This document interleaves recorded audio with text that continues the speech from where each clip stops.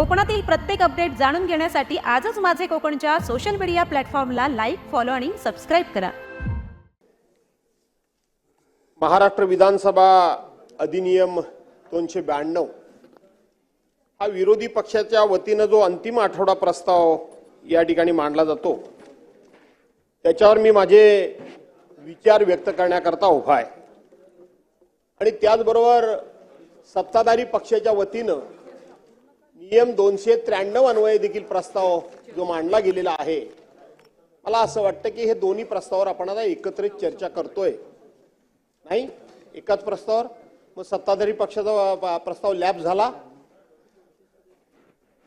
मला हेच रेकॉर्डवर मुद्दामून अध्यक्ष महोदय आणायचं होतं। विरोधी पक्षाच्या प्रस्तावाला मी प्राधान्य दिलेलं आहे। धन्यवाद धन्यवाद अध्यक्ष महोदय। अध्यक्ष महोदय, हे अधिवेशन विदर्भामध्ये होतंय, म्हणजे आपल्या राज्याच्या उपराजधानीमध्ये नागपूरमध्ये होतंय। सर्वसाधारणपणे नागपूर कराराप्रमाणे वर्षातलं 3 अधिवेशनापैकी एक अधिवेशन आपण नागपूरला घ्यायचं मान्य केलेलं आहे आणि त्याप्रमाणे हे अधिवेशन या ठिकाणी होतंय।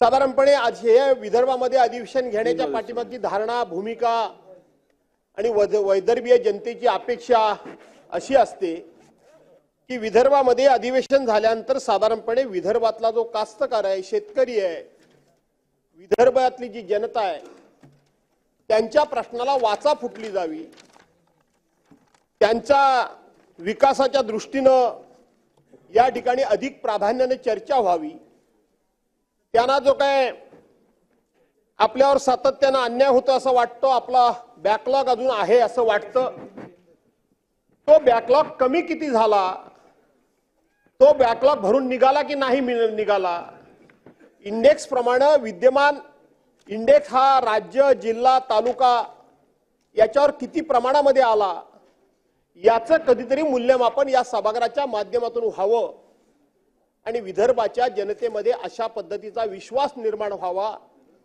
की आम्ही तुम्हाला सरकार म्हणून न्याय देतो आहोत, आम्ही तुम्हाला दुर्लक्षित करत नाही आहोत, आम्ही तुमचे अधिकाधिक प्रश्न प्राधान्याने सोडवण्याचा प्रयत्न करतो आहोत, अशा प्रकारचा एक संदेश या सभागृहाच्या माध्यमातून विदर्भाच्या जनतेमध्ये आणि पर्यायाने महाराष्ट्रामध्ये जाणं अपेक्षित असतं आणि म्हणून हे विदर्भामध्ये अधिवेशन आपण वर्षातून एक घेतो। अध्यक्ष महोदय, आपण देखील या भागातले विदर्भातले जात, बुलढाणा विदर्भामध्ये येतो ना, विदर्भातले जात अध्यक्ष महोदय। अध्यक्ष महोदय, आपण फक्त आता आम्ही बोलल्यानंतर काही माझे सन्मान्य सदस्य कदाचित, मी काय कोणावर आक्षेप घेत नाही, माझ्या भाषणामध्ये अडथळे आणतील, ते मला रोखण्याचा प्रयत्न करतील, परंतु इथं आपण आपल्या मनाला एक प्रश्न विचारला पाहिजे। आमचे मित्र आकाशजी फुंडकर मंत्री झाल्यानंतर भेटतील असं वाटलं होतं, कारण भाऊसाहेब फुंडकर आणि आमचे संबंध त्यांना माहीत आहेत, ते नेहमी भेटतात, पण जरा मंत्री झाल्यामुळे भलतेच खुश आहेत। असो, तुमच्या खुशीमध्ये मी समाधानी आहे। नाही, आनंद आहे, मला मनापासून आनंद आहे। अर्थात त्यांना सुद्धा ते थोडं स्वप्नच पडल्यासारखं आहे खरं सांगायला गेलं तर, मी आणि मंत्रिमंडळामध्ये आणि तो डायरेक्ट कॅबिनेट, पण हरकत नाही, वडिलांची पूर्वपुण्याई तुमच्या वाट्याला आली याचा आम्हाला आनंदच आहे, नक्की आनंद आहे। आणि म्हणून हे विदर्भामध्ये अधिवेशन झालं असताना अध्यक्ष महोदय, या अधिवेशनाच्या माध्यमातून मी ज्या महाराष्ट्रातल्या जनतेच्या, विशेष करून विदर्भातल्या जनतेच्या ज्या अपेक्षा व्यक्त केल्या, या अपेक्षांना आपण न्याय देऊ शकलो का अध्यक्ष महोदय? आज 6वा दिवस अधिवेशनाचा आहे, माझ्या माहितीप्रमाणे मी पहिल्या मिनिटापासून हजर आहे। 6व्या दिवसामध्ये सभागृहामधला एकही मिनिट वेळ हा विरोधी पक्षांनी सभागृह बंद पाडून वाया घालवला नाही।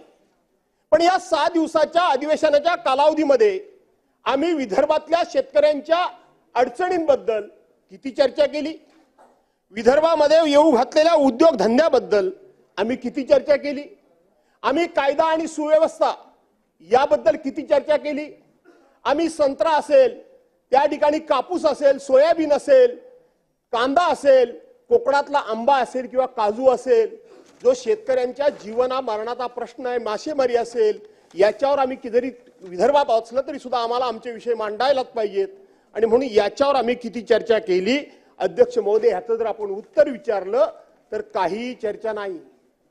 आज राज्यामध्ये 42 मंत्री आहेत, 42 अध्यक्ष महोदय, 42 मंत्री. अधिवेशन 16 तारखेला सुरू झालं. 39 मंत्र्यांनी शपथ घेतली. दादा, घटनात्मक दृष्ट्या फक्त आज राज्यामध्ये एकच मंत्री आहेत, राज्याचे मुख्यमंत्री फक्त मंत्री आहेत. तुम्ही सगळे मंत्री हे बिनकामाचे मंत्री आहात आणि बिनकामाचे मंत्री म्हणून संपूर्ण देशामध्ये तुमच्या या विक्रमाची नोंद झाली, त्याबद्दल मी तुमचं पहिल्यांदा अभिनंदन करतो. बिनखाताचे दादा, सॉरी, कामाचे नाही, तुम्ही कामाचेच आहात. बांधकाम खाता आलं तर कोकणाचं नक्की भलं कराल, पुरा विचार करा तुम्ही, कारण त्यावेळेला तुम्ही खूप मदत केली आहे. केली ती मी सभागृहात समोर पटलावर सांगतो, कधीही मी लपवून ठेवत नाही, जे आहे ते आहे. आणि म्हणून तुम्ही बिन खात्याचे मंत्री. पण जाऊ द्या, मनातल्या मनात बाकी सरकारी सोयी सुविधा तुम्हाला मिळत आहेत, त्यामुळे तुम्ही खुश आहात, याच्या तुमच्या आनंदामध्ये आम्ही आहोत. पण जनतेच्या पदरात काय पडलं हा प्रश्न तुम्ही विचारा. अध्यक्ष महोदय, हे सरकार सत्तेवर आल्यापासून म्हणजे मागच्या वेळेला आणि आता 1 जुलै 2022 ते 31 डिसेंबर 2022 पर्यंत या विदर्भामध्ये 1505 लोकांनी आत्महत्या केल्या.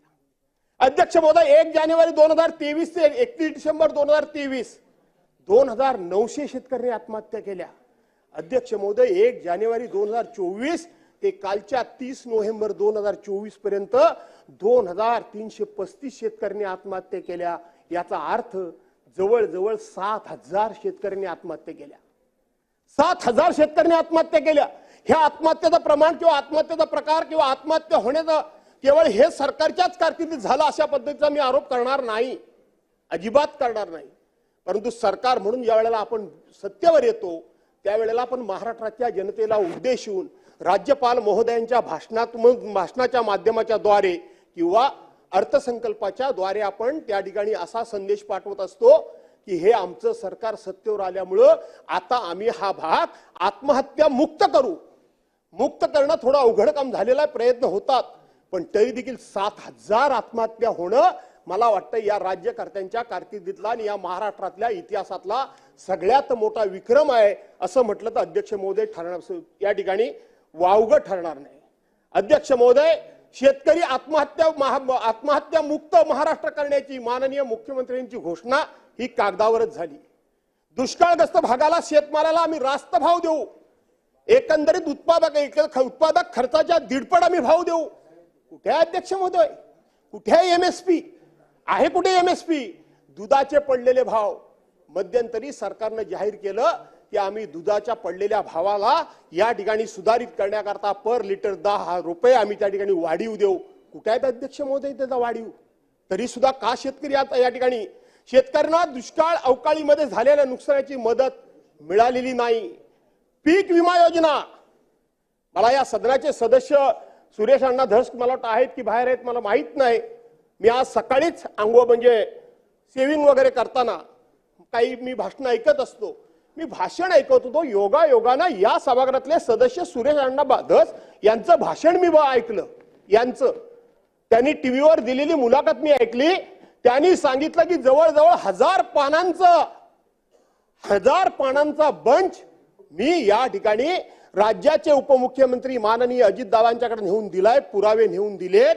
आणि त्यांनी सांगितलं की गेल्या 2.5-3 वर्षाच्या कालखंडामध्ये राज्याच्या शेती विभागाकडून करोडो रुपयाच्या विमा कंपन्यांच्या या सगळ्याच्या पोटभरणी करता म्हणून शेतकऱ्यांच्या पोटावर मारून हजारो कोटींचा भ्रष्टाचार झालाय. हे मी म्हणत नाही तर सत्ताधारी पक्षाचे सदस्य त्यांनी माननीय राज्याचे मुख्यमंत्र्यांच्याकडे दिलेल्या कागदाचा हवाला देऊन मी जेव्हा ऐकलं तेव्हा मी स्वतः शॉक झालो. त्यांनी बीड मधलं, त्यांनी संपूर्णपणे उस्मानाबाद मधलं, धाराशिव मधलं वगैरे काही उदाहरणं त्यांनी दिली, भूम परांडा वगैरे त्यांनी उल्लेख केला. मी शॉक झालो अध्यक्ष महोदय. त्यांनी स्पष्टपणे सांगितलंय की सरकारी यंत्रणा वापरून, सरकारी अधिकार वापरून मंत्र्यांच्याच सहकारामुळं या ठिकाणी या विमा कंपन्यांची पोट भरून हजारो कोटी रुपयाचा भ्रष्टाचार झालाय. अध्यक्ष महोदय, हे सत्ताधारी पक्षाचे सदस्य म्हणतायत. हा विषय कधीतरी माननीय मुख्यमंत्री महोदयांनी या सगळ्या गोष्टीचं गांभीर्याने दखल घेतली पाहिजे. मी माननीय मुख्यमंत्री महोदयांना विनंती करेन की 2014 ते 2019 मी तुम्हाला सभागृहात बघितलंय, अनेकांना पाठीशी घालण्याचं, अनेकांच्या गुन्ह्यावर पांघरून घालण्याचं, अनेकांच्या चुकांवर पांघरून घालण्याचं काम तुम्ही केलं. पण आता पुन्हा पुन्हा ते करू नका. प्रचंड असं तुम्हाला आता बहुमत आहे. नाही तर एक दिवस हे सगळे गुन्हे जर तुम्ही पाठीशी घालत बसलात तर एक दिवस तुमच्याबद्दल म्हणावं लागेल की राम तेरी गंगा मैली हो गई, पापियों के पाप धोते धोते धोते. देवेंद्रजी, अशा पद्धतीनं चुकीच्या गोष्टींना जर तुम्ही पाठीशी घातलात तर कदाचित तुम्ही जी परवानच्या दिवशी एक काव्य केलं तसंच पद्धतीचं विडंबनात्मक काव्य तुमच्यावर करण्याची मात्र वेळ आणू नका. एवढंच मी या निमित्तानं सांगतो. कांद्याचे भाव पडले, कांद्याचा शेतकरी त्याचं त्यावेळेला आपण काय ते उठवतात ते बाहेरचं, आणि म्हणून त्याचं धोरण सातत्यानं बदलत आलं. वेळेवर कर्ज वाटप नाही, बँकांची सातत्यानं अडवणूक, कर्ज घेतलेला असलेला सिबिलची होणारी विचारणा, या सगळ्यामुळं शेतकरी हा नागवला गेलाय. आणि त्यातलाच शेतकरी सुद्धा तुमचा कापूस असेल, सोयाबीन असेल किंवा अन्य या भागातला संत्रा उत्पादक असेल. मला या वेळेला मला नक्की माहित नाही, परंतु या वेळेला आम्ही जेव्हा रस्त्यानं जातो तेव्हा संत्री अतिशय सुंदर दिसतात, चांगल्या प्रकारची, नेहमीसारखी अशी सुकलेली चिमलेली वगैरे संत्री दिसत नाहीत. परंतु त्या संत्र्याला योग्य तो भाव सुद्धा या ठिकाणी मिळाला पाहिजे. आणि म्हणून इथं मी आपल्याला विनंती करतो की आपण सरकारनं आता या विषयामध्ये लक्ष देण्याची गरज आहे. ही आत्महत्या त्या ठिकाणी कमी करण्याची 100% थांबणं अशा पद्धतीचा मी दावा करणार नाही, कारण हा वर्षानुवर्षीचा चालत आलेला विषय आहे. आणि म्हणून त्या आत्महत्या कमीत कमी कशा होतील याचा विचार अध्यक्ष महोदय सरकारनं करावा, अशा प्रकारची मी या ठिकाणी विनंती करतो. अध्यक्ष महोदय, आपण इथं सांगतो की नेहमी विदर्भाचा बॅकलॉग भरून काढण्याकरता, विदर्भाच्या तरुणांना त्या ठिकाणी हाताला काम देण्याकरता, शेतकऱ्यांच्या आत्महत्या कमी करण्याकरता म्हणून आम्ही या ठिकाणी मोठ्या प्रमाणामध्ये उद्योग हे विदर्भ आणि थोडंसं मराठवाड्यामध्ये करतो आहोत असं सातत्यानं सांगितलं जातं. परंतु अध्यक्ष महोदय, आज काय परिस्थिती आहे राज्याची परिस्थिती ही आहे की देशामध्ये इज ऑफ डुईंग बिझनेस मध्ये जर बघितलं तर देशात आपलं राज्य हे 13व्या स्थानावर आहे, 13व्या नंबरला आहे. पहिल्या आणि दुसऱ्या नंबरच्या आम्ही गोष्टी करतो, परंतु 13व्या नंबर हा सरकारी आकडे मी तुम्हाला सांगतोय. शासनाच्या उदासीन धोरणामुळे गेल्या 2 वर्षामध्ये आपल्या राज्यातले जे अनेक होऊ घातलेले उद्योग हे आज गुजरात असेल, कर्नाटक असेल, तामिळनाडू असेल, आंध्र प्रदेश असेल यांच्यामध्ये गेले. आणि म्हणून ही दिवसागणिक राज्य, ह्या राज्यांचा आम्हाला हेवा, राज्यांबद्दल आम्हाला तिरस्कार किंवा त्यांच्या मनाबद्दल, त्या राज्यांबद्दल, त्यांच्या राज्यातल्या प्रगतीबद्दल आमच्या मनामध्ये कुठलाही दुस्वास नाही, आमच्या मनामध्ये कुठलाही त्या राज्याबद्दल द्वेष नाही. पण जे आमच्या ताटातलं आहे, जे आमच्या पुढ्यातलं आहे, आमच्या राज्यातली पोरं बाळ उपाशी आहेत आणि आम्ही जर दुसऱ्याला देण्यामध्ये आम्ही किती उदार राजे झालो, अशा प्रकारचा मोठेपणा कमवण्यापेक्षा, मिळवण्यापेक्षा त्या राज्याला उद्योग जाऊ द्या, त्या राज्याला स्वतंत्रपणे उद्योग उभे करू द्या. आमचे उभे राहत असलेले उद्योग तिकडे घालवताय, हे फार अन्यायकारक आहे. अध्यक्षामध्ये उदयम या योजनेखाली छोटे छोटे लघु उद्योगांची महाराष्ट्रामध्ये 9,86,330 उद्योगांची नोंद झाली अध्यक्ष महोदय. मात्र मराठवाड्यामध्ये 1,28,000 आणि 315 उद्योगाची नोंद झाली. याचा अर्थ मराठवाड्याला फक्त एकूण राज्याच्या या उद्योगामध्ये 13% नोंद झाली. अध्यक्ष महोदय, विदर्भामध्ये 1,39,471 या ठिकाणी उदयम ह्या योजनेखाली छोट्या छोट्या उद्योगांची नोंद झाली. याचा अर्थ विदर्भाला फक्त 14%च त्या ठिकाणी नोंद झाली. जे काही नवीन राज्यात उद्योग येत आहेत ते आजही मी सांगतो की तो माझा भाग जरी असला तरी मुंबई, पुणे, नाशिक या विकसित भागामध्ये जास्तीत जास्त हे उद्योग येत आहेत. कधी आम्ही या भागाचा या ठिकाणी उद्योगात भरभराट करणार, कमी या भागाला आम्ही कधी या ठिकाणी रोजगार देणार, याचा विचार सुद्धा आपण करण्याची गरज आहे. आणि त्याचबरोबर शहरांची प्रचंड अशा पद्धतीची वाढ होते आहे. आणि म्हणून या भागामध्ये सुद्धा हे भाग जर मागासलेले पुढे यायला पाहिजे असतील तर आपण इथं या ठिकाणी हे उद्योग धंदे आणले पाहिजे. अध्यक्ष महोदय, आजही जर आपण रेकॉर्ड बघितला राज्याचा तर विदर्भ मराठवाडा हा औद्योगिक दृष्ट्या भरपूर मागे आहे, खरंच मागे आहे. हा मागे आहे, सातत्यानं मागे आहे अशा पद्धतीने म्हणण्याला काहीतरी इथं या ठिकाणी आधार आहे. अध्यक्ष महोदय, या सभागृहामध्ये आता मला 31वं वर्ष सुरू होत आहे. 30 वर्ष माझी पूर्ण झाली.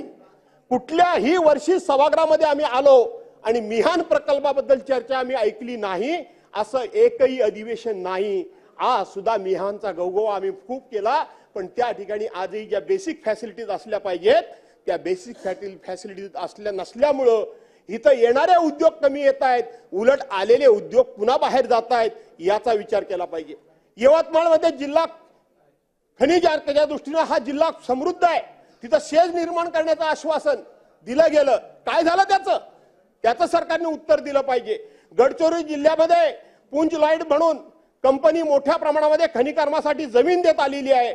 त्याचे निकष काय आहेत, का त्या ठिकाणी हे सगळे प्रोजेक्ट विकसित होत नाहीत, त्याचा दुसरा उल्लेख केला पाहिजे. अध्यक्ष महोदय, निवडणुका डोळ्यासमोर ठेवून अमरावतीला मी अनेकांची भाषणं ऐकली की आम्ही टेक्सटाईल पार्क तिथं आणतो आहोत. टेक्सटाईल पार्क या प्रकल्पाचं दादा भूमिपूजन झालं, त्याचा स्टेटस काय आहे, काय त्या टेक्सटाईल पार्कची अवस्था आहे, त्या तो कधी टेक्सटाईल पार्क सुरू होणार याचं सुद्धा उत्तर सरकारनं देण्याची गरज आहे. घोटी असेल, सिन्नर असेल, तिथं शेज निर्माण करण्याकरता जमिनी मात्र मोठ्या प्रमाणामध्ये घेतल्या गेल्या, परंतु राज्याच्या विकासाच्या दृष्टीनं तिथं काहीही झालं नाही. उद्योगपतींचे मोठमोठे मित्रपरिवार विकसित झालेल्या एमआयडीसी या नावाखालच्या जमिनी त्यांना मात्र दिल्या जातात, परंतु तिथं जो रोजगार किंवा जे प्रोजेक्ट विकसित व्हायला पाहिजे होते ते होत नाही. 5 फेब्रुवारी 2024 रोजी झालेल्या मंत्रिमंडळाच्या बैठकीत राज्यात नमो महारोजगार मेळाव्यातून 2 लाख रोजगार स्वयंरोजगार निर्माण करण्यात येणार होते. आज सरकारनं आपल्या उत्तरामध्ये इथं शब्द माहिती दिली पाहिजे की त्या 2 लाख रोजगारापैकी आपण घोषणा केल्यापासून किती रोजगार या ठिकाणी निर्माण करू शकलात त्याची सुद्धा माहिती मंत्री महोदय आपल्या उत्तराच्या भाषणामध्ये आपण दिली पाहिजे. दावोसमध्ये 1,50,000 कोटीचे करार आम्ही केले, अशा पद्धतीचे तुम्ही आम्हाला इथे या सभागृहामध्ये सांगितलं. आम्ही त्याच्यावर थोडेसे आरोप केले की तुमची ही फक्त टूरच झाली, तुमचा हा फक्त या ठिकाणी फिरण्याचा एक कार्यक्रमच झाला. तुम्ही तिथं सांगितलं की आम्ही मोठमोठे उद्योग आणले. सांगा ते आता त्याचा स्टेटस काय आहे, त्याची आता परिस्थिती काय आहे, तिथं किती उद्योग इथे इस्टॅब्लिश झाले, किती जणांना रोजगार मिळाला, आज त्या उद्योगांची काय परिस्थिती आहे हे तुम्ही लोकांना सांगा, महाराष्ट्राला सांगा, अशी माझी आपल्या सर्वांना विनंती आहे. शेवटी आपण सर्वांनी इतर विभागांची नाहरकत वगैरे वगैरे आहे. ऍग्रिकल्चर इंटेलिजन्स 5,000 कोटीचे करार माहिती तंत्रज्ञान विभागाचे नाहरकत प्रमाणे घेता करण्यात आले होते. पुढे काय झालं त्याचं, पुढे काय झालं? आज राज्यातील प्रत्येक जिल्ह्यात काही तालुक्यामध्ये एमआयडीसी क्षेत्र उभारण्यात आलेलं आहे, मात्र एक क्षेत्र आजही उद्योगांच्या प्रतीक्षेत आहे, आजही उद्योगांच्या प्रतीक्षेत आहे. मी या वेळेला काही दिवसाकरता कॅबिनेट मंत्री कामगार मंत्री म्हणून झालो होतो. मी माझ्या मतदारसंघामध्ये एक एमआयडीसी त्या ठिकाणी मंजूर केली होती, एमआयडीसी मंजूर केली होती आशिषजी, आणि त्याच्यामध्ये कोकणामध्ये सातत्यानं केमिकल कारखान्यावर विरोध होतो. प्रदूषण विरहित कारखाने असावे ही मागणी कोकणाची बरोबर आहे, चुकीचं नाहीये. आणि म्हणून तशा पद्धतीचा आपण सरकारी अध्यादेश सरकारी कायद्यामध्ये लिहिलं होतं की ही एमआयडीसी या ठिकाणी इस्टॅब्लिश झाल्यानंतर इथं कुठलाही केमिकलचा कारखाना येणार नाही, कुठलाही त्या ठिकाणी रासायनिक कारखाना येणार नाही, कोणाचीही एकही इंच जमीन ही जबरदस्तीने घेतला जाणार नाही, कोणाचंही एकही आंब्याचं काजूचं झाड जाईल अशा पद्धतीने जमीन एक्वायर केली जाणार नाही, एकही घर मंदिर मस्जिद कोणाचीही जाणार नाही, अशा पद्धतीने आपण एमआयडीसी तयार केली. तिथे एक टेक्सटाईल पार्क मंजूर आपण केलं, लॉजिस्टिक हब तयार केलं आणि फूड पार्क तयार केलं. दुर्दैवानं या सरकारनं परवांच्या दिवशी निवडणुकीचं भांडवल म्हणून ती एमआयडीसी रद्द करण्याची घोषणा केली, एमआयडीसी मंजूर झालेली रद्द करण्याची घोषणा केली. कसा लोकांना तुम्ही रोजगार देणार आहात, कुठून रोजगार देणार आहात? कोरोनाच्या संकटानंतर रोजगाराचं महत्व काय हे विशेष करून कोकणवासियांना कळतंय का? तर कोकणातला जवळजवळ घरपट माणूस हा मुंबई पुण्यामध्ये छोटी मोठी कामं करतो, रोजगार करतो, नोकरी करतो. तो इंडस्ट्रियलिस्ट फार मोठा नाही, त्यानं आपलं आयुष्य आपलं जीवन हे नोकरी अशा पद्धतीचंच एका चाकोरीबद्ध अशा चौकटीमध्ये बंद केलेलं असल्या कारणानं तुम्ही त्याच्या जर हाताला रोजगार देणार नसाल तर तुम्ही कशी त्याची उन्नती करणार, कशी त्याची प्रगती करणार, कसा त्याचा उत्कर्ष करणार, कसा करणार? आणि म्हणून मंजूर झालेली एमआयडीसी वास्तविक तिथं त्या ठिकाणी नवीन कारखानदारी आणायला पाहिजे होती. आमच्या जिल्ह्याचे उद्योग मंत्री होते, मी त्यांना नाना तऱ्हेने विनंती केली की तुम्हाला या ठिकाणी माझा मतदारसंघ म्हणून जर काही आणायचं नसेल तर जरूर आणू नका, पण मंजूर झालेली MIDC रद्द करू नका ही विनंती केली. राजकारणाकरता कधी कधी आपण आपल्या भागाचा कसा बळी घेतो, आपल्या विकासाचा आपण कसा गळा घोटतो, त्याच्या अनेक उदाहरणांपैकी हे एक उदाहरण आहे. माझा मतदारसंघ म्हणून शेवटी काय मी आयुष्यभर त्या ठिकाणी राहणार आहे का? माझा काय वडिलांचा सातबारा आहे का? आज मी आहे, उद्या दुसरा कोणतरी असेल, परंतु त्या ठिकाणी काहीतरी आपण आपल्या कारकिर्दीमध्ये उभं केलं पाहिजे आणि म्हणून तेही रद्द झालं. राज्यात मोठ्या प्रमाणावर हरित क्षेत्राचं औद्योगिकरण, भूखंड वगैरे त्या वादात मी जाऊ इच्छित नाही. अध्यक्ष महोदय, या ठिकाणी इंदू मिलच्या जागेवर डॉक्टर बाबासाहेब आंबेडकरांचं आंतरराष्ट्रीय स्मारक आम्ही उभारणार म्हणून मोठमोठ्याने घोषणा केल्या आपण सर्वांनी. फेब्रुवारी 2018 मध्ये या कामाची सुरुवात झाली. अध्यक्ष महोदय, 2021 मध्ये पूर्ण करण्याचं लक्ष्य होतं. फेब्रुवारी 2021 मध्ये दादा हे स्मारक पूर्ण करण्याचं लक्ष्य होतं. सन्माननीय तत्कालीन मुख्यमंत्री देवेंद्र फडणवीसांचं प्रत्येक भाषण, प्रत्येक शब्द माझ्या कानामध्ये आहे.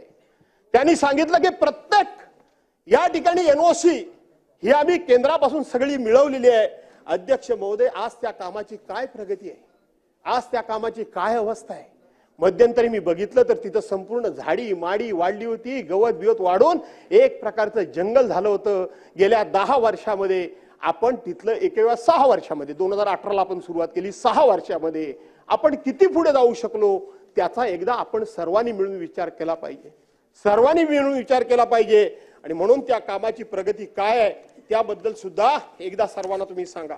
आज तिथं त्या कामाच्या संदर्भामध्ये सांगा म्हणून मी तुम्हाला विनंती करतो.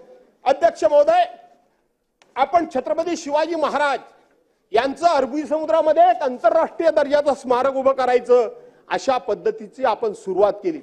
देशाचे पंतप्रधान सन्माननीय मोदी साहेब यांच्या हस्ते आपण भूमिपूजन 2014ला केलं. 24 डिसेंबर 2016 रोजी, 14 नाही 24 डिसेंबर 2016 रोजी एक आपण माननीय पंतप्रधान महोदयांच्या हस्ते त्यांना बोलवून वेगवेगळ्या ठिकाणच्या माती वगैरे असलं काय आणून आपण त्या ठिकाणी त्याचं भूमिपूजन केलं. दुर्दैवानं त्या दिवशी माझ्याच मतदारसंघामधला एक तरुण, 21-22 वर्षाचा तरुण, आज आपल्याला माहित आहे की विनायक मेटे हयात नाहीत, त्यांच्याबरोबर काम करणारे विक्रांत आंबरे नावाचे सदग्रस्त, त्यांचा भाचा दुर्दैवानं त्याच बोटीतून प्रवास करताना त्या पाण्यामध्ये पडला आणि तो दुर्दैवानं त्या ठिकाणी मृत झाला. त्या दिवशीच झाला. बरं ठीक आहे, मग मी सुधारणा करतो की नंतर गेले, परंतु तो पाहणी करायला गेले तेव्हा झाला असेल, हरकत नाही. परंतु 24 डिसेंबर 2016 रोजी आपण त्या स्मारकाचं भूमिपूजन केलं. आज काय झालंय, या स्मारकासाठी लागणाऱ्या विविध परवानग्या असतील, ना हरकत दाखले असतील, काम L&T कंपनीला आपण दिलेलं आहे. जवळजवळ 3643 कोटी रुपयाचं काम आज 2024 झाली, त्याच्यावर शेकडो कोटी रुपये खर्च झाले, पण त्या स्मारकाची एक वीट सुद्धा लागली नाही. दादा, छत्रपती शिवाजी महाराजांचं स्मारक हे आपल्या सर्वांच्या करता म्हणून स्वाभिमानाचा विषय आहे, सन्मानाचा विषय आहे, स्फूर्तीचा विषय आहे, आपल्या सर्वांच्या मध्ये एक शौर्याचा विषय आहे. आणि छत्रपती शिवाजी महाराज तुम्ही काय मी काय कुणी काय फक्त घोषणा देण्याकरता नाहीये. आणि म्हणून त्यांचा सुद्धा आपण या ठिकाणी याचं काय आपण करतात ते सुद्धा या सरकारला आपला जनतेला सांगितलं पाहिजे. अध्यक्ष महोदय, विशेष करून विदर्भामध्ये आदिवासी भागामध्ये, आमच्या भागात सुद्धा ठाणे जिल्ह्यामध्ये इथं गणेशदादा नाईक बसलेत. आपल्या ठाणे जिल्ह्यामध्ये जवळजवळ अर्धा भाग, आता ठाणे आणि पालघर 2 जिल्हे झाले, याच्यामध्ये आदिवासी भाग मोठ्या प्रमाणामध्ये आहे. रायगडमध्ये आदिवासी समाज मोठा आहे.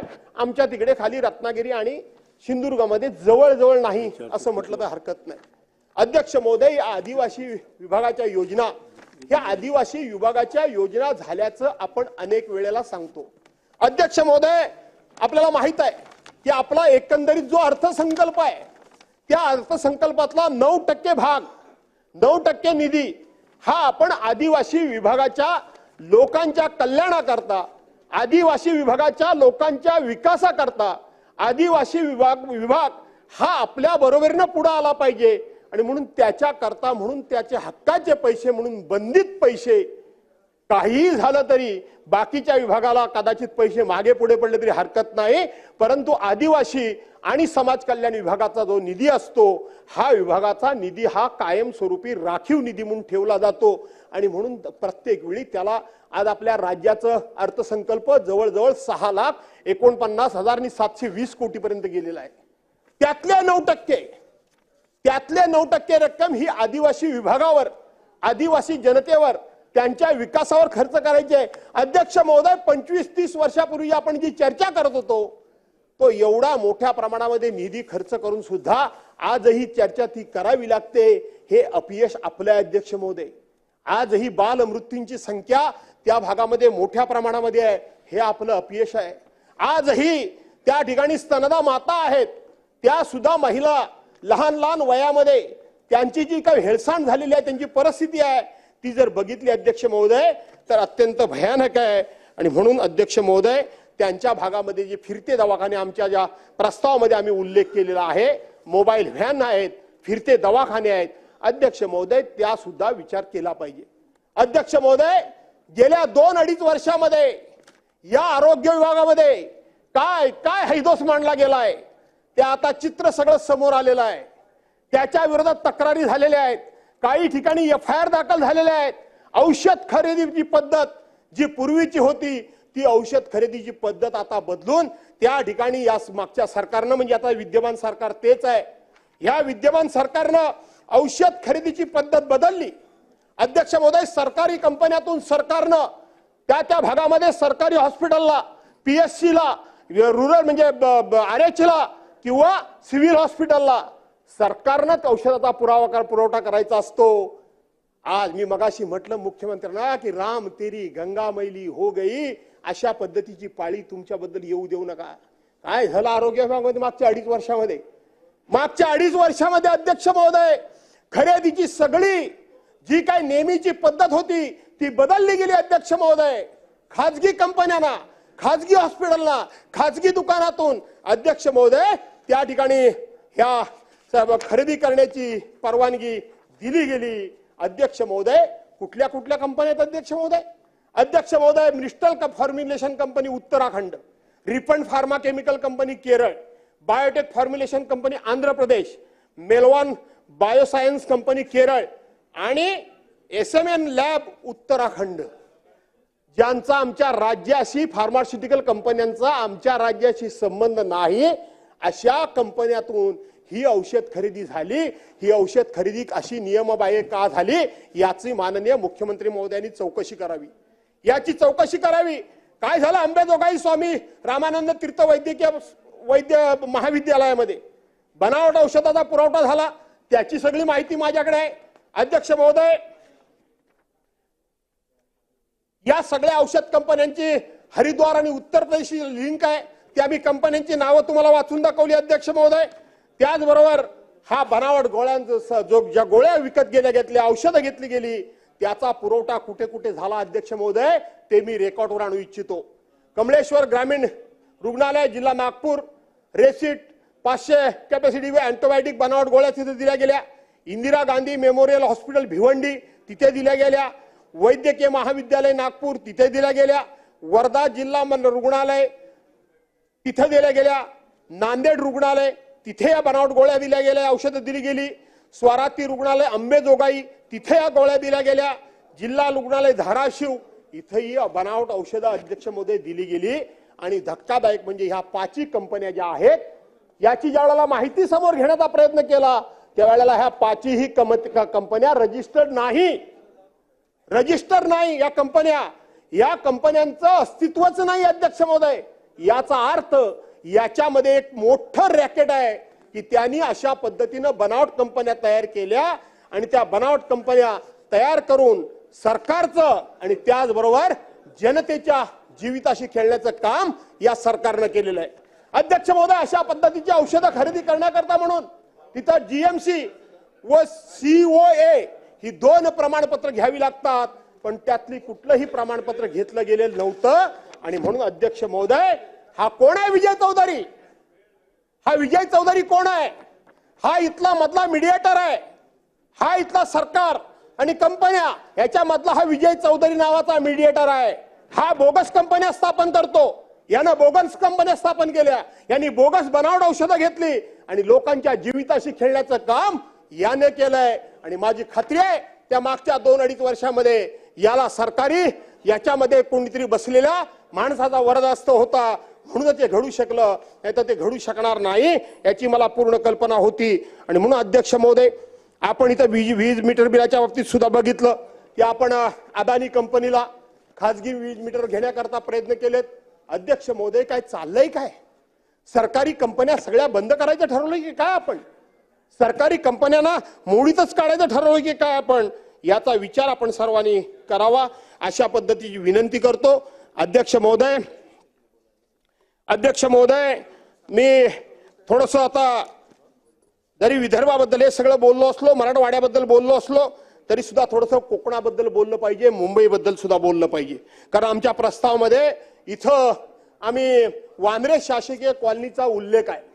वांद्रे शासकीय कॉलनीमध्ये सरकारी कर्मचारी राहतात. अध्यक्ष महोदय, त्या कर्मचाऱ्यांना आज नोटीस दिली गेलेली आहे की तुमची मुदत संपली आहे, तुमची सर्व्हिस संपली आहे किंवा आणखीन काय असेल, तुम्ही ताबडतोब ही घरं खाली करा. अध्यक्ष महोदय, मार्च महिन्यामध्ये, फेब्रुवारी महिन्यामध्ये, एप्रिल महिन्यामध्ये या मुलांच्या परीक्षा आहेत आणि अशा पद्धतीनं तुम्ही त्यांना ते घरं खाली करायला लावता. माझी खात्री आहे की सरकार तात्पुरती त्याला स्थगिती देईल याचा मला विश्वास आहे. पण अध्यक्ष महोदय, माझं पुढचं म्हणणं आहे, अध्यक्ष महोदय, माझं म्हणणं हे आहे की शेवटी आपण जर बघितलं तर 99.99% हे शासकीय कर्मचारी हे मराठी आहेत. थोडेसे IAS, IPS, IFS हे वरचे जर अधिकारी सोडले तर सगळे क्लास दादा 1 पासून क्लास 2, क्लास 3, क्लास 4 हे सगळे मराठी अधिकारी आहेत. दादा, कधीतरी आज आपण एकमेकावर आरोप करतोय. काल परवा ते कुठे कल्याण डोंबिवलीला घडलेली घटना, त्या कल्याण डोंबिवलीला घडलेली घटना आम्ही जेव्हा सभागृहामध्ये उपस्थित केली त्यावेळेला मी एक उत्तर ऐकलं जबाबदार माणसांचं की मुंबईमधला मराठी माणूस बाहेर जायला जबाबदार कोण? मुंबईमधला बाहेर जाणारा मराठी माणूस बाहेर जायला, मुंबईच्या बाहेर जायला जबाबदार कोण? अशा पद्धतीनं आपल्याला एकमेकावर अशा पद्धतीनं दोषारोप करून त्या मराठी माणसाला थांबवण्याचं काम, त्या मराठी माणसातलं असलेलं मुंबईतलं स्थान हे पुन्हा एकदा प्रस्थापित करण्याकरता, भक्कम करण्याकरता, वाढवण्याकरता म्हणून मदत होणार नाही तर त्याला मदत काहीतरी करावी लागेल. मला असं वाटतं की यातला बहुसंख्य कर्मचारी वर्ग, अध्यक्ष महोदय, मराठी वर्ग आहे, मराठी माणूस आहे. तो रिटायर झाल्यानंतर नियमाप्रमाणे बाहेर त्याला काढलं पाहिजे इथपर्यंत बरोबर आहे. परंतु मराठी माणसाची वस्ती पुन्हा जर मुंबईमध्ये वाढावी असं वाटत असेल तर या शासकीय कर्मचाऱ्यांना आपण जी घरं देतो ती घरं मला वाटतं ते रिटायर झाल्यानंतर सुद्धा त्यांना त्याच ठिकाणी जर आपण ठेवण्याचा निर्णय घेतला तर मला वाटतं आपोआपच मराठी माणसं पुन्हा मुंबईमध्ये स्थिर होण्याकरता एक प्रकारचं सरकारचा हातभार लागेल. आणि म्हणून या माझ्या मागणीचा सरकारने अध्यक्ष महोदय विचार करा. अध्यक्ष महोदय, आज महाराष्ट्र जीवन प्राधिकरणाचा उल्लेख आम्ही याच्यामध्ये आमच्या प्रस्तावामध्ये आणलाय. अध्यक्ष महोदय, मला सांगितलं पाहिजे की या महाराष्ट्र जीवन प्राधिकरणाची खूप मोठी चर्चा आमचे मित्र करत असतात की यापूर्वी, मी परवाच्या दिवशी, मी नाव कोणाचं घेणार नाही, पण मी भाषण ऐकलं काही लोकांचं की देशाला स्वातंत्र्य मिळाल्यापासून आपण ज्या राज्यातल्या, या देशातल्या जनतेला साधं पाणी सुद्धा देऊ शकलो नाही अशा प्रकारचं भाष्य एका जबाबदार नेत्याच्या तोडून मी ऐकलं. अध्यक्ष महोदय, तुम्ही सुद्धा मला वाटतं 6 की 7 वेळा किती वेळा निवडून आलात? माझ्यापेक्षा एक कमी असाल निवडून आलात. आपण ह्याच्यापूर्वी जलस्वराज्य योजना बघितलेली आहे की नाही बघितली आहे? राष्ट्रीय पेयजल कार्यक्रम योजना बघितलेली आहे. यशवंतराव चव्हाण पेयजल कार्यक्रम बघितलेला आहे. नवीन काय? नवीन याच्यामध्ये काहीच नाहीये. शेवटी येणाऱ्या केंद्र सरकारमध्ये असणारं केंद्र सरकार, याचीच राज्यामध्ये असणारा प्रत्येक नागरिक, ते राज्य कोणाचं आहे यापेक्षा त्या राज्यामध्ये असलेल्या प्रत्येक नागरिकाचा आम्ही पालक आहोत. आणि म्हणून त्याच्या मूलभूत ज्या गरजा आहेत त्या गरजा देण्याचं काम प्रत्येक सरकार त्या वेळेला करतच असतं. काही करत नाही, नवीन काही नाही. अध्यक्ष महोदय, फरक एवढाच आहे की जलजीवन मिशन योजनेची आपण जोरात चर्चा करतोय. आज जलजीवन मिशन योजनेमध्ये 50% केंद्र सरकार हिस्सा देत आहे आणि 50% राज्य सरकार देत आहे. पूर्वी फक्त फरक एवढाच होता की 90% केंद्र सरकार पैसे द्यायचं आणि 10% राज्य सरकारचा हिस्सा असायचा. त्यामुळे जास्त चर्चा होत नव्हती, कारण आता 50% मिळतात तेव्हा 90% मिळत होती म्हणून चर्चा होती. मुद्दा तो माझा नाही अध्यक्ष महोदय. अध्यक्ष महोदय, ही शासनाची अतिशय महत्वाकांक्षी योजना आहे, हे मी मान्यच करतो. कारण घर घर नल प्रत्येकाला, हर घर जल म्हणजे प्रत्येकाच्या घरामध्ये डायरेक्ट नळानं पाणी. ओके, हर घर नल से पाणी. दादा मी तुमच्याकडे अरे दादा हो, मी ह्या दादांच्याकडे शिकवणीला जाणार आहे. तुमची शिकवणी मला परवडण्यातली नाही. आणि म्हणून ती स्कीम आज प्रत्येकाच्या घराघरापर्यंत पाणी. दादा कधीतरी याचा रिव्ह्यू घ्या. परवांच्या दिवशी औचित्याच्या मुद्द्यानं मी माझ्या मुद्द्याच्या माध्यमातून मी माझ्या रत्नागिरी जिल्ह्यातली वास्तववादी परिस्थिती समोर आणली. मी म्हणतो नव्हे, सन्माननीय मंत्री गुलाबराव पाटील यांच्या अध्यक्षतेखाली त्यांच्या उपस्थितीमध्ये मी मीटिंग लावली. तिथे ही परिस्थिती समोर आली की संपूर्ण महाराष्ट्रामध्ये जर ह्या जलजीवन मिशन योजनेच्या योजनेमध्ये सगळ्यात मागे जर जिल्हा कुठला असेल तर तो रत्नागिरी जिल्हा आहे हे सांगण्यात आलं. मार्च 2024 पर्यंत ह्याची मुदत होती. मुदत वाढवून मिळेल याबद्दल काही दुमत असण्याचं कारण नाही. ती वाढवून द्यावी लागेल, कारण अनेक योजना ह्या पाईपलाईन मध्ये आहेत. त्यांना खर्च झालेला आहे 10%, 20%, 25% टेंडर झालेला आहे. पण अध्यक्ष महोदय, मी आपल्या माध्यमातून पुन्हा एकदा सरकारच्या लक्षात आणून देऊ इच्छितो. आज बांधकाम खात्यामध्ये तुम्ही बांधकामामध्ये काम केलंय. एखाद्याला काम द्यायचं असेल तर त्याची बीड कॅपॅसिटी तपासली जाते की नाही जाते. त्याच्या हातामध्ये पूर्वीची कामं किती आहेत ती तपासली जातात. आता जर त्याला आणखीन कामं दिली तर तो करू शकेल की नाही ही त्याची कॅपॅसिटी बघितली जाते. दादा, मी कोणालाही कमी लेखत नाही, पण या पाणी योजनेच्या कामामध्ये जे कोणी कॉन्ट्रॅक्टर आहेत, मी जाहीरपणे सांगतो की ह्या योजना घेईपर्यंत त्यांची बाजारामध्ये 25,000 रुपये सुद्धा 25,000चा माल उधार घेण्याची पत नव्हती. 25,000 रुपयाचा माल उधार घेण्याची पत नव्हती. उधारी का? तर शेवटी या योजनेमध्ये अशा पद्धतीची अट आहे की पहिल्यांदा सगळं मटेरियल तुम्ही आणा, काम करा, त्याची MB रेकॉर्ड केल्यानंतर त्यातला 80% तुम्हाला पेमेंट होईल. हे सगळं बरोबर होतं. पण दादा, ज्यांची 25,000 रुपयाची बाजारामध्ये एखाद्या वस्तू किंवा मटेरियल विकत घेण्याची पत नाही, माझ्या जिल्ह्याचं मी सांगतोय, त्यांना 100-100, 200 कोटी रुपयाची कामं ह्या योजनेमध्ये दिली गेली. 100-100, 200 कोटी रुपयाची त्यांनी कामं घेतली. फक्त रजिस्ट्रेशन त्यांचं. त्यांनी एवढे सब कॉन्ट्रॅक्टर नेमले, तू हे काम कर, तू हे काम कर, तू हे काम कर. करणार कसा? स्वतःच्या रजिस्ट्रेशनचा वापर करून त्यांनी त्याचं कमिशन घेऊन मोकळा झाला. ज्याला काम दिलं त्याचं काम करण्याची कॅपॅसिटी नाही. दादा, आज माझ्या रत्नागिरी जिल्ह्याला ह्या महत्वाकांक्षी योजनेमध्ये मी सांगितलं की 25% सुद्धा काम झालेलं नाही. अनेक वेळा या विषयामध्ये मी आवाज उठवला. मी कोणाही व्यक्तीच्या विरोधात नसतो. मी संपूर्ण माझ्या राजकीय जीवनामध्ये कोणाच्याही पोटावर मारलेलं नाही. जरूर मी आक्रमक आहे, मी रागीट आहे, पण मी हे असं कधी काम करत नाही. विरोधातला विरोधक जरी असला तरी त्याच्या विरोधात, त्याच्या पोटावर, त्याच्या कामाधंद्यावर, त्याच्या रोजगारावर कधीही मी लेखणी तर चालवलेली नाही. जर असेल तर थोडंसं तोंडावर बोलून बडबडायचं, पण कधीही कोणाच्या विरोधात तक्रार करत नाही. पण दादा, ही महत्वाकांक्षी योजना पूर्णपणे आज माती मोल होते. याच्याकरता गेले कित्येक वर्ष मी टाळं फोडतोय. मला माहित नाही आता ते खातं कोणाकडे येणार आहे. पुन्हा या संदर्भामध्ये कधीतरी एकत्र बोलवून ह्याचा रिव्ह्यू घ्या. न पेक्षा हे सरकारचे करोड रुपये मातीमोल होणार आहेत, एवढंच मी सांगतो. अध्यक्ष महोदय, आज राज्यामध्ये MBBS डॉक्टर किती आहेत? माझ्या माहितीप्रमाणे राज्यामध्ये एकंदरीत जी प्रायमरी हेल्थ सेंटर वगैरे आहेत, याला तर कमीत कमी राज्यामध्ये आज डॉक्टरांची संख्या 42% जवळजवळ कमी आहे. 42%पेक्षा कमी आहे. आज आपण त्यांच्या मदतीला BAMS डॉक्टर देतोय. BHMS देत नाही, परंतु BAMS डॉक्टर आपण देतो. परंतु आज सगळ्या प्रायमरी हेल्थ सेंटरमध्ये RH मध्ये आपल्याला कंपल्सरी एक MBBS डॉक्टर ठेवावा लागतो. आणि तो जर MBBS डॉक्टर ठेवला नसेल तर ते नियमबाह्य होतं. जर आपल्या भागामध्ये सुद्धा, कारण आता त्यांची सुद्धा शेवटी लाईफस्टाईल बदललेली आहे. लोक हल्ली ग्रामीण भागामध्ये राहायला तयार होत नाहीत. जर ते मोठ्या शहराकडे जर जात असतील तर आदिवासी एरियामध्ये कोण राहणार याचा सुद्धा विचार आपण सर्वांनी करावा. महिलांवरचे अत्याचार एवढे मोठ्या प्रमाणामध्ये वाढलेले आहेत अध्यक्ष महोदय. पर मिनिटाला माझ्या माहितीप्रमाणे आपल्या राज्यामध्ये 126 अत्याचार हे महिलांच्यावर होत आहेत. आणि म्हणून हे महिलांच्यावर होणारे अत्याचार आज राज्यामध्ये महिलांच्यावर होणाऱ्या अत्याचारामध्ये आपलं राज्य हे 4थ्या नंबरला येऊन ठेपलंय. आपलं राज्य ड्रगच्या बाबतीत काय उडता पंजाब होतो की काय, अशा प्रकारची परिस्थिती आज या ठिकाणी निर्माण झालेली आहे. आणि म्हणून अध्यक्ष महोदय, मी टीका या विषयामध्ये टाळलेली आहे.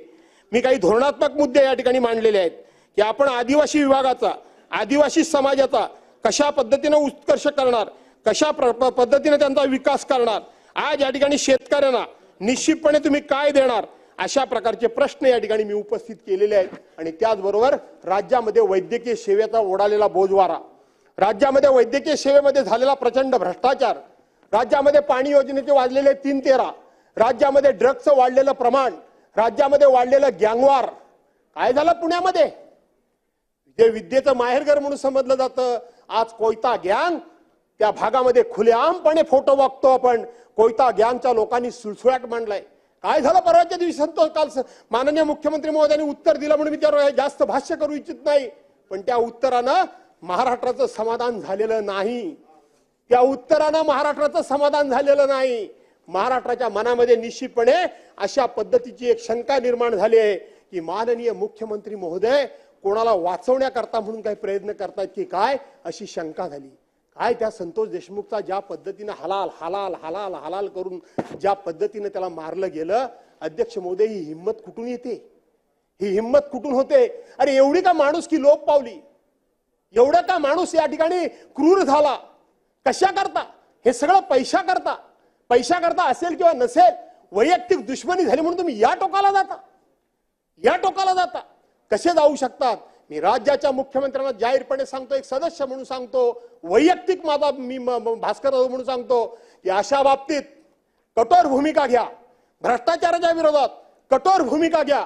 राज्याच्या विकासाच्या विरोधात, विकासाच्या बाजूने, विरोधात नाही, विकासाच्या बाजूने कठोर भूमिका घ्या.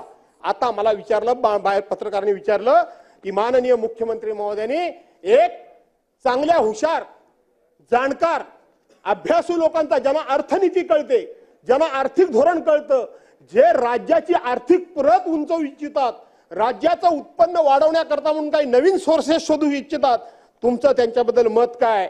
मी डायरेक्ट सांगितलं, जर खरोखर राज्याचे मुख्यमंत्री अशा पद्धतीनं राज्याची आर्थिक स्थिती जर सुधारणार असतील, राज्याची बिघडलेली आर्थिक शिस्त, राज्याची बिघडलेली आर्थिक घडी, होय आर्थिक शिस्त बिघडलेली आहे, अशी राज्याची आर्थिक स्थिती शिस्त नव्हती. शेवटी बजेटला काय अर्थ आहे की नाही? मग कशाला मांडायचं आम्ही बजेट? एकदा बजेट मांडल्यानंतर एक रुपयाचा हिशेब या सरकारच्या माध्यमातून या सभागृहाला द्यावा लागतो. या सभागृहाची मान्यता घ्यावी लागते. आणि ते बजेट सुद्धा पुरवणी मागण्या मांडत असताना किती टक्के घ्यावी याच्याकरता गोड बोले समितीनं आपल्याला गाईडलाईन्स दिलेले आहेत. आपल्याला गाईडलाईन्स दिलेले आहेत. आपल्या सर्वांची जबाबदारी आहे की आपल्या महाराष्ट्राचं नाव सगळ्या क्षेत्रामध्ये 1 नंबरला होतं. आपण एकमेकाबद्दल बोलतो, टीका टिप्पणी करतो, आरोप करतो, तुझ्या काळात काय झालं, माझ्या काळात काय झालं, त्याच्या काळात काय झालं, त्याच्या काळात काय झालं. मी इथे माझ्या संपूर्ण राजकीय जीवनामध्ये असं भाष्य केलेलं नाही. अरे जर त्यांच्या काळात चूक झाली असेल तर त्याच्यापेक्षा जास्त मी चूक करावी म्हणून माझं समर्थन होणार आहे का? त्याच्या काळात चुका झाल्या म्हणून तर आपण त्याच्यावर टीका केली, आरोप केली, त्याच्यातून काही दुरुस्ती व्हावी अशा पद्धतीचा आपण विचार केला. माझी विनंती आहे सरकारला की या प्रस्तावाच्या माध्यमातून चांगले निर्णय घ्या. चांगल्या निर्णयाचं आम्ही नक्की समर्थन करू. विरोधाला विरोध करणं हे आम्हाला होणार नाही, माझ्यासारख्याकडून तर वैयक्तिक होणार नाही. पण जिथं चुकीचं असेल तिथं मात्र गय केली जाणार नाही.